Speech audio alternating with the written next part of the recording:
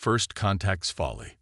The Valdorian High Council chamber hung suspended in low orbit above their homeworld, a gleaming testament to their technological mastery. Ambassador Zextal stood before the curved window, her iridescent scales reflecting the starlight as she studied the holographic display of a seemingly unremarkable blue planet. Earth. Primitive, she murmured, her secondary eyes narrowing as data streams scrolled past. Yet, peculiar. The humans had achieved spaceflight centuries after the Valdorians, had barely colonized their own moon, and still relied on chemical rockets for most of their space travel. By any reasonable metric, they should have been dismissed as another developing species, left to evolve under distant observation. But something about them had caught the Council's attention. They defy classification, Council Elder Vaxmore stated, his aged scales dulled to a deep bronze. Their development pattern matches no known model. They advance in spurts and regressions, yet somehow achieve breakthroughs that should be centuries beyond their capabilities. Zextal nodded, watching as the hologram shifted to show human cities, their chaotic layouts an offense to Valdorian sensibilities. They waste so much energy, so many resources. Their methods are inefficient, their technology crude. Yet, she gestured, and the display showed a series of human achievements. Quantum computers built in garages, fusion reactors constructed with salvaged parts, artificial intelligence systems running on hardware that should have been insufficient. They succeed despite themselves, another council member observed, or perhaps because of it. The council chamber hummed with subtle vibrations as the members communicated through subsonic frequencies, sharing data and impressions. The humans represented an anomaly, and if there was one thing the Valdorians couldn't tolerate, it was an anomaly they couldn't explain. "We must understand," Vaxmore declared finally. "Send the challenge." Zextal's scales rippled with concern. The challenge hasn't been issued to a developing species in over 3 centuries. The last recipients were found wanting, Vaxmore finished, as they should have been. But these humans... He extended a hand, manipulating the hologram to show more human achievements. They must prove themselves. Either they are worthy of attention, or they require our protection and guidance. The challenge was simple in concept. Prove your species' worth through a demonstration of power. Most species chose to display their military might, their technological achievements, or their mastery of natural forces. The Valdorians had long ago learned that how a species chose to prove themselves revealed more than the proof itself. Earth received the challenge on a Tuesday morning, through every communications channel simultaneously. The message was clear, concise, and thoroughly terrifying to most human governments. Demonstrate your species' true power within 1 standard rotation of your planet, or accept Valdorian protection. Dr. Sarah Chen was eating instant noodles and reviewing quantum probability calculations when her lab's eye assistant interrupted with news of the alien ultimatum. She barely blinked, reaching for her coffee instead. "Huh," she said, slurping noodles. "Interesting timing. Jake, you seeing this?" Dr. Jake Martinez's holographic avatar materialized by her desk, his virtual lab coat flickering slightly. "If by seeing this you mean watching every government on Earth panic simultaneously, then yes. The Valdorians are impressive. Their transmission technology alone is centuries ahead of ours." Sarah nodded, more interested in her noodles than the potential end of human independence. "Did you finish those probability calculations I asked for?" "Sarah, there are aliens demanding we prove humanity's worth. Maybe we should focus on that." She finally looked up, a slight smile playing at her lips. "I am. Those calculations, they're exactly what we need right now. Because I think I know how we're going to respond to the Valdorians, and they're really not going to like it." Within hours, a hastily assembled team of Earth scientists, engineers, and theoretical physicists gathered in Sarah's lab, which happened to be in a converted warehouse in Newark, New Jersey. The location alone seemed to offend the Valdorian observers who had arrived to witness humanity's demonstration. "This is your premier research facility?" Ambassador Zextal asked, her scales shifting through shades of disapproval. "Oh, no," Sarah replied cheerfully, leading them past rows of equipment that looked more like modern art installations than scientific instruments. "This is just where we happened to be working when you called. But it'll do." Jake's hologram followed them, occasionally passing through solid objects, which seemed to disturb the Valdorians even more than the cluttered lab. "We've set up the primary demonstration in the back room," he explained. "Though I should warn you, it might not be what you're expecting." "We have observed many demonstrations of power," Zextal stated, "from antimatter weapons to planetary engineering. We are prepared for anything." Sarah and Jake exchanged glances. "Well," Sarah said, "I wouldn't be so sure about that." The back room contained a single table. On it sat what appeared to be a coffee maker, several paperclips, and a small device that was humming quietly to itself. The Valdorian delegation stared at it in silence. "This," Sarah announced proudly, "is humanity's greatest power, a beverage preparation device." One of the Valdorian scientists asked, scales flickering in confusion. "Not exactly," Jake's hologram said, "though it does make a decent cup of coffee. What you're looking at is actually a demonstration of humanity's true strength, our ability to do absolutely ridiculous things with whatever happens to be lying around." Sarah stepped forward, her excitement visible. "You see, we humans have this wonderful habit of ignoring what things are supposed to be capable of. That coffee maker, we modified it to help regulate the quantum field generator we built from the paperclips. And that humming device, it's currently calculating pi to the last digit." The Valdorians' confusion deepened. "Pi is infinite," Zextal stated. "It has no last digit." "Exactly," Sarah grinned, "but we told it to find one anyway. And here's the really interesting part, it's actually doing it."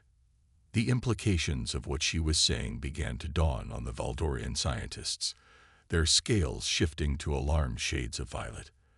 They had expected a demonstration of power through force or technology. Instead, they were witnessing something far more disturbing, a species that had apparently decided the laws of physics were more like guidelines. The unexpected solution. Ambassador Zextal's scales had shifted to a deep shade of purple that Jake's visual processors identified as extreme cognitive distress. The Valdorian delegation huddled around their scanning devices, which were producing readings that seemed to be causing them physical pain. "This is impossible," one of their scientists declared, waving a crystalline instrument at Sarah's cobbled-together apparatus. "You cannot simply ignore mathematical constants." "Oh, we're not ignoring them," Sarah replied, adjusting something that looked suspiciously like a toaster element wired into the quantum field generator. "We're negotiating with them." "There's a difference." Jake's hologram flickered as he processed new data streams. "Sarah, you might want to see this. The quantum field is starting to show some interesting patterns." The coffee maker, which had been quietly humming to itself, suddenly produced a sound that coffee makers definitely shouldn't make. A small display, apparently salvaged from a calculator, began showing numbers that made the Valdorian scientists back away rapidly. "Is it supposed to do that?" Zextal asked, her secondary eyes tracking the increasing instability of the quantum field. "Probably not," Sarah admitted cheerfully. "But that's kind of the point. You see, we humans have this particular talent. When we run into something that should be impossible, we don't just accept it. We poke it with a stick to see what happens." The quantum field generator, built primarily from paperclips and what appeared to be parts from a disassembled microwave, was now producing effects that shouldn't have been possible with technology centuries more advanced than Earth's current level. The Valdorian instruments were registering quantum fluctuations that their scientists had only theorized about. "But your understanding of quantum mechanics is rudimentary," one of the Valdorian scientists protested. "Your equations are incomplete. Your models are simplified. You shouldn't be able to do this." Jake interrupted, his hologram gesturing to the increasingly bizarre readings. "Yeah, we get that a lot. But here's the thing about humans. We're really good at working with incomplete information. We don't need to fully understand something to make it work. Sarah nodded, making another adjustment with what looked like a plastic spork. It's like learning to ride a bicycle. You don't need to understand the complex physics of gyroscopic motion and angular momentum. You just need to keep pedaling and try not to fall over. The Valdorian delegation watched in horror as the humans continued to casually violate what they had considered fundamental laws of physics.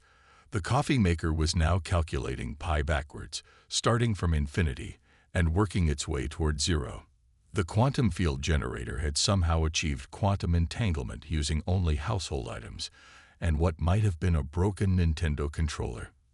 This isn't just about the technology, Jake explained, his holographic form passing through a desk for emphasis. I'm not even supposed to be possible.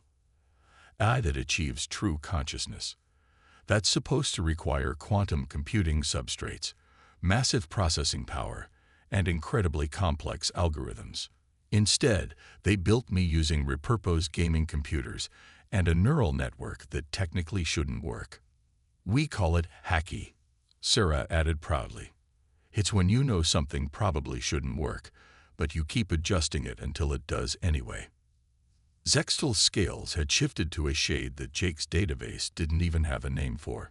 But there are protocols, procedures. You can't just hack the fundamental forces of the universe. Actually, a new voice said from the doorway. That's exactly what we do best. Dr. Marcus Wong, Earth's leading expert in theoretical physics and practical impossibilities, walked in carrying what appeared to be a lunchbox modified with several blinking lights and an old smartphone screen. The Valdorian's instruments immediately began screaming in alarm. "Oh, don't mind this," Marcus said, patting the lunchbox. "It's just a portable universe simulator. We needed something to test our theories on, and building a full-scale universe seemed a bit excessive. So we made a tiny one instead." "In a lunchbox," Zextal stated flatly. "Well, yeah, it was what we had available at the time. Plus, it keeps my sandwich fresh through quantum temporal stability fields. Quite convenient, really." The Valdorian scientists were now backing toward the exit, their scales cycling through colors that suggested they were experiencing some sort of existential crisis. Their carefully constructed understanding of the universe was being challenged not by superior technology or advanced theories, but by humans who apparently treated the laws of physics as polite suggestions. "But this isn't how progress is supposed to work," one of them finally burst out. "You're supposed to advance step by step, building on established principles, following the natural progression of scientific understanding." Sarah, Jake, and Marcus exchanged amused glances. "Yeah, about that," Sarah began, but she was interrupted by a sudden surge in the quantum field. The coffee maker made a sound like a cat learning to yodel, and the calculator display showed what appeared to be the last digit of pi. "Oh, interesting," Jake commented, his hologram analyzing the result. "According to this, the universe is actually running on Windows Vista." "That explains a lot, actually." Marcus peered at the display. "Huh. Should we try updating it?" "No," the entire Valdorian delegation shouted in unison, their scales now flashing emergency patterns. "You're right," Sarah agreed. "Better stick with what works. Besides, we haven't even shown them the really interesting part yet." "There's more?"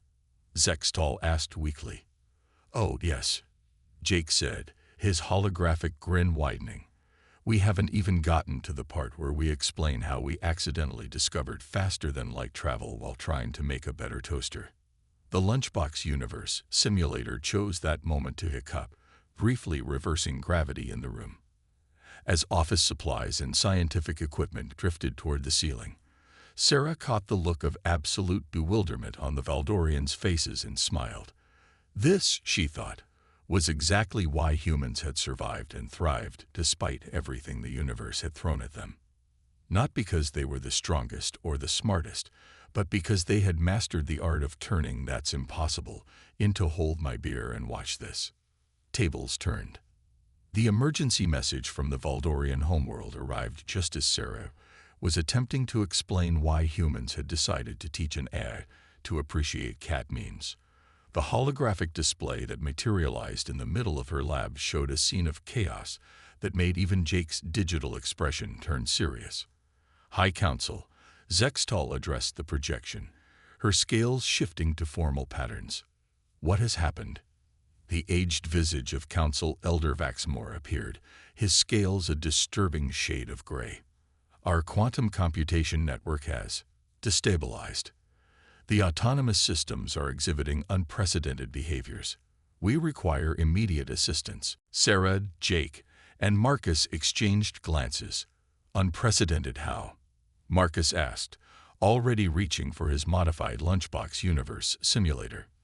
They appear to be. Vaxmore's scales rippled with embarrassment. They are attempting to create what they call memes. Jake's hologram flickered with what might have been suppressed laughter. Oh no. The situation is more severe than mere digital entertainment. Vaxmore continued. Our entire network infrastructure is reorganizing itself according to patterns we cannot comprehend. Essential systems are being repurposed for what they claim is vibing. Sarah walked over to her workstation, calling up streams of data on screens that appeared to be salvaged from old arcade machines. Your quantum network, it's based on perfectly ordered quantum states, isn't it? Absolute precision, no room for error or variation. Of course, one of the Valdorian scientists replied. How else would one build a computational system? Well, there's your problem, Marcus said, peering into his lunchbox universe. You've made it too perfect. No room for creativity or adaptation. And now it's having an existential crisis. Jake's hologram expanded, displaying multiple data visualizations simultaneously. They're right. Your system is so rigidly structured that when it encountered the concept of human chaos theory through your observations of Earth, it basically had a mental breakdown. It's trying to evolve, but it doesn't know how. The Valdorians watched in horror as their displays showed more of their systems succumbing to what appeared to be technological adolescence. Their perfectly ordered quantum network was experimenting with digital self-expression in ways that threatened to crash their entire civilization's infrastructure. Can you assist us? Zextal asked, her formal dignity cracking slightly. Sarah was already pulling equipment from various corners of the lab, assembling something that looked like a cross between a stereo system and a quantum supercomputer. Oh, this is going to be fun. Jake, you still have that collection of early internet culture. All of it, Jake confirmed, his hologram grinning, including the really cringy stuff from the 2020s. Perfect. Marcus, we're going to need your lunchbox universe to simulate the effects. And somebody find me a rubber duck. A rubber duck? Vaxmore asked. Debugging tool, Sarah explained absently, now connecting what appeared to be a game controller to her quantum interface device. Sometimes you have to explain your problem to the duck. It helps you think. The Valdorian scientists watched in a mixture of horror and fascination as the humans began what they called a hack. Sarah's fingers flew over multiple keyboards, some of which weren't even connected to anything but somehow still worked. Jake's hologram split into multiple instances, each managing different aspects of the intervention. Marcus occasionally consulted his lunchbox universe, making adjustments based on its predictions. What exactly are you doing to our systems? One of the Valdorian scientists demanded. Teaching them how to chill, Jake replied. Your quantum network is like a teenager who's been raised in a super strict household and just discovered punk rock. We're giving it a crash course in healthy self-expression so it doesn't burn down the house in rebellion. Sarah nodded, not looking up from her work. The problem with perfect systems is they're brittle. They don't know how to handle imperfection or uncertainty. Humans, on the other hand, we thrive on it. We're teaching your network how to embrace a little chaos without completely losing its mind. The makeshift quantum interface was now pulsing with patterns that made the Valdorian instruments spark in protest. On their homeworld, systems began to stabilize. but not in ways their creators had expected. The rigid quantum states became more fluid, incorporating elements of uncertainty and variation that should have caused them to collapse, but somehow made them stronger instead. Think of it like jazz, Marcus added, making another adjustment to his lunchbox universe. The beauty isn't in playing every note perfectly, it's in knowing how to improvise when things go wrong. Your network needed to learn how to jazz. Jazz? Zextal's scales shifted in confusion.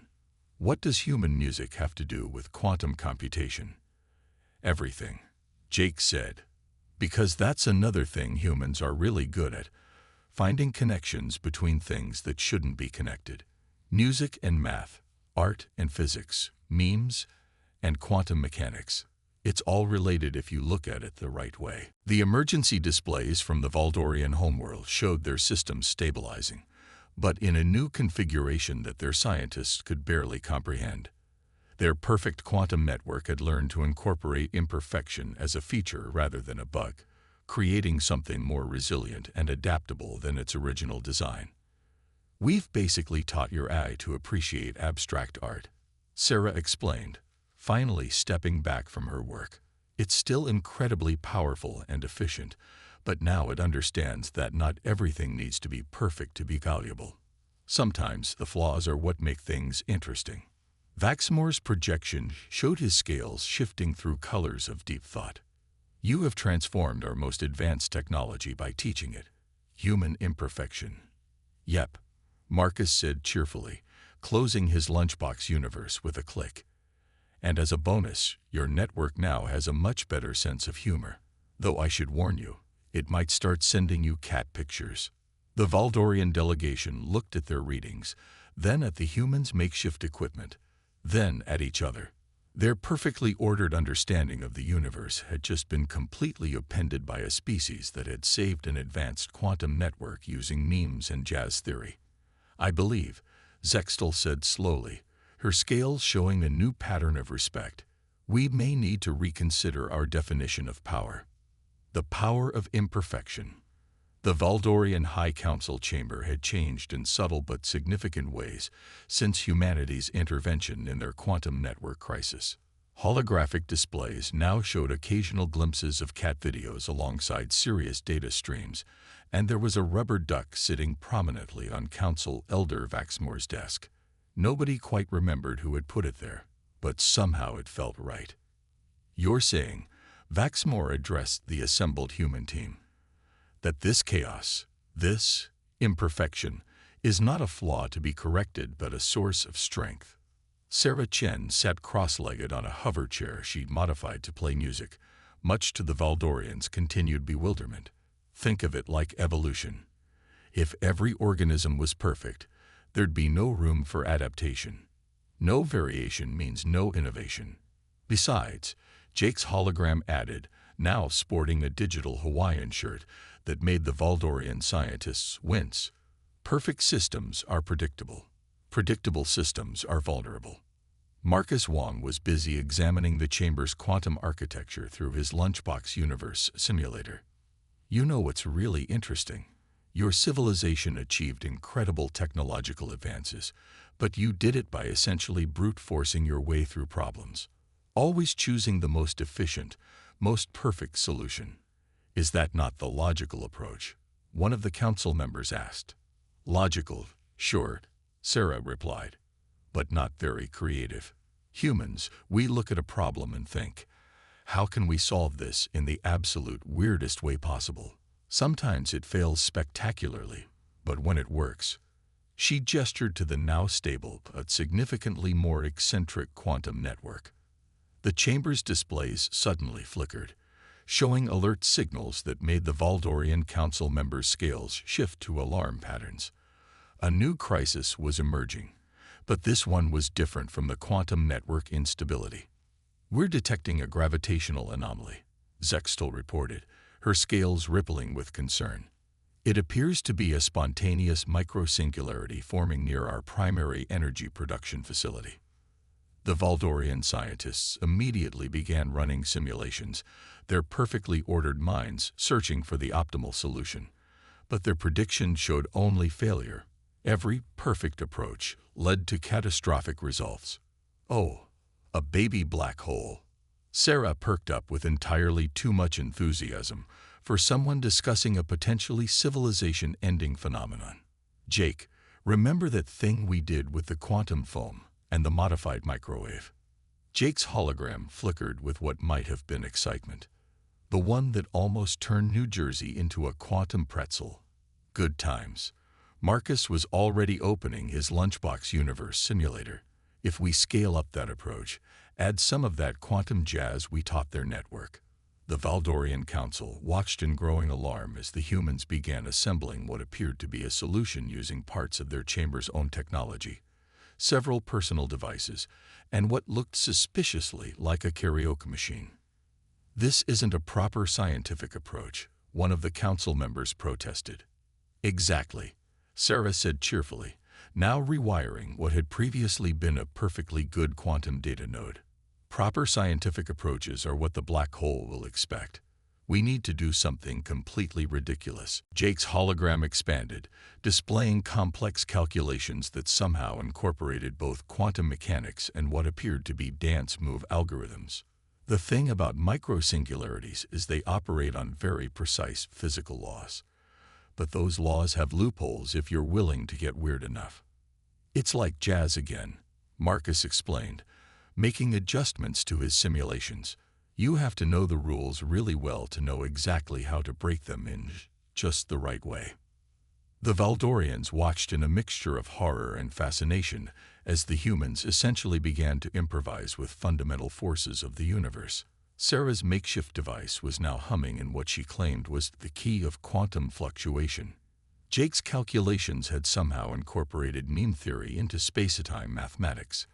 Marcus's Lunchbox Universe was being used to test solutions that the Valdorian scientists were pretty sure violated several laws of physics. Think of the singularity like a really uptight dance partner, Sarah said, making final adjustments. You can't out-perfect it. It's literally a mathematical perfection of gravitational collapse. But you can confuse it with some unexpected moves. The device they'd cobbled together began to pulse with energy patterns that made the Valdorian instruments simply give up and display error messages. Near the energy facility, the microsingularity's expansion began to slow, then stop, then, impossibly, begin to reverse. Are you teaching a black hole to dance? Zextal asked incredulously. More like we're inviting it to jam with us, Marcus replied. Quantum jazz, remember? Everything in the universe vibrates. We're just introducing some new rhythms. The Valdorian scientists' instruments showed the impossible. The microsingularity was dissipating, its perfect gravitational collapse disrupted by what the humans had dubbed quantum groove theory. The potential catastrophe had been averted not through perfect calculation and precise engineering, but through what appeared to be scientific improvisation. This defies all established principles, one of the Valdorian scientists muttered, their scales showing patterns of deep confusion. That's kind of our thing, Jake said proudly. Humans look at established principles the same way we look at speed limits, more like guidelines, really. Sarah was already beginning to disassemble their improvised singularity disruptor. The universe is weird, she explained. Really weird. The more you try to pin it down with perfect rules and systems, the more it finds ways to surprise you. Humans, we learn to roll with it, to embrace the weird. Vaximore's scales had shifted to a new pattern, one that the human team had never seen before. You have shown us something profound, he said slowly. We sought to judge your species' power by our standards, by perfection, efficiency, and control. But true power, it seems, lies in the ability to adapt, to improvise, to find strength in what we would have considered weakness. Also, Jake added, in knowing when to show a black hole some cool dance moves. The rubber duck on Vaximore's desk shows that moment to squeak in what sounded suspiciously like agreement. A new understanding.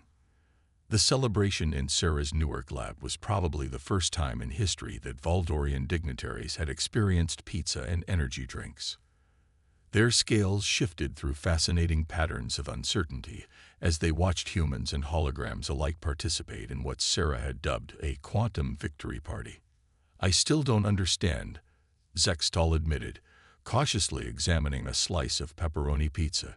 "Your methods should not work. They violate every principle of systematic advancement we have developed over millennia."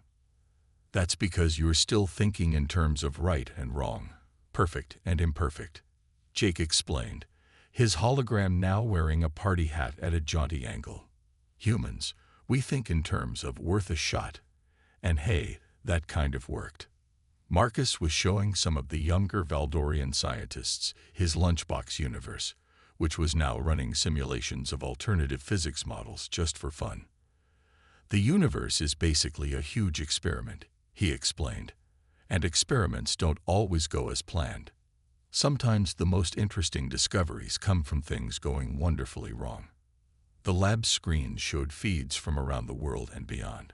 The Valdorian quantum network, now infused with what they'd started calling human chaos theory, was operating at efficiency levels that shouldn't have been possible. More importantly, it had developed a sense of humor and had started sending the High Council daily cat memes for their emotional well-being. "Your species," Council Elder Vaxamore observed, his scales showing a complex pattern of revelation, treats the fundamental laws of reality like suggestions, approaches impossible problems with tools that shouldn't work, and somehow achieves results that defy explanation.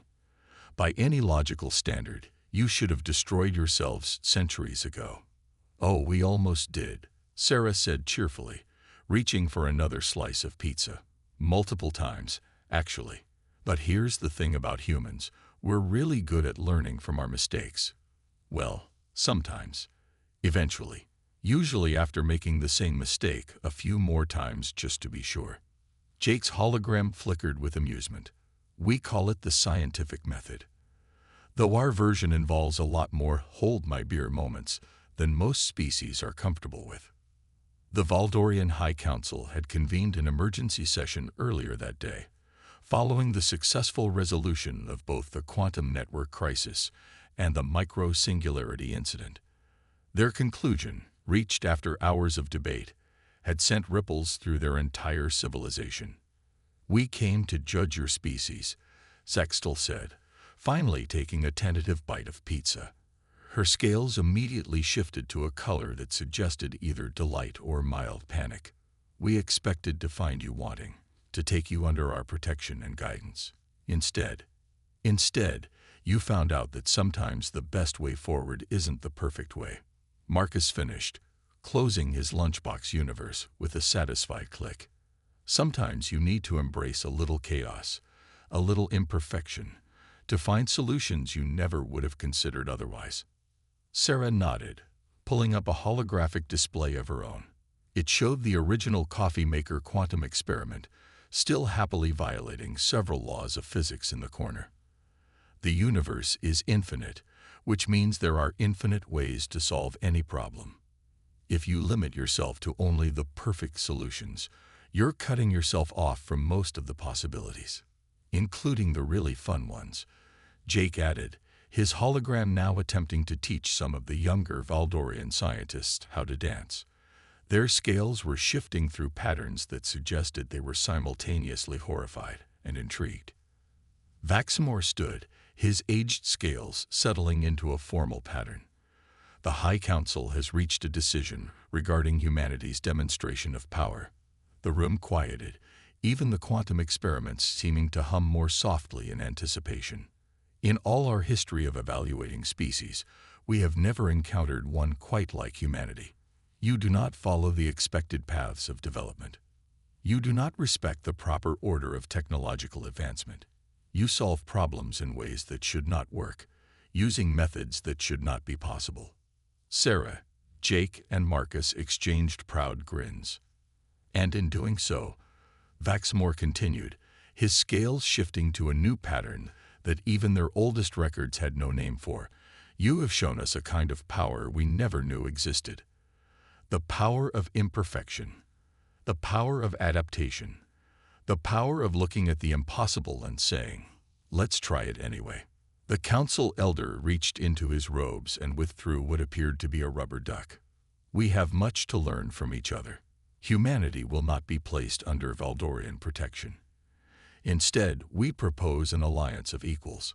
Perhaps with your unique perspective, we can both achieve things neither of us could manage alone. Does this mean we get to teach your whole civilization about memes? Jake asked hopefully. Within reason, Zextal said quickly, her scales showing alarm at the thought of unrestricted meme sharing. Sarah raised her energy drink in a toast to the power of doing things wrong in exactly the right way.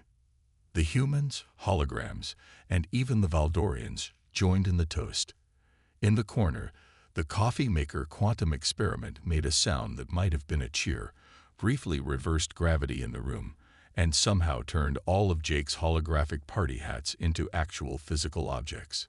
We should probably look into that, Marcus said, watching party hats float toward the ceiling. Probably, Sarah agreed.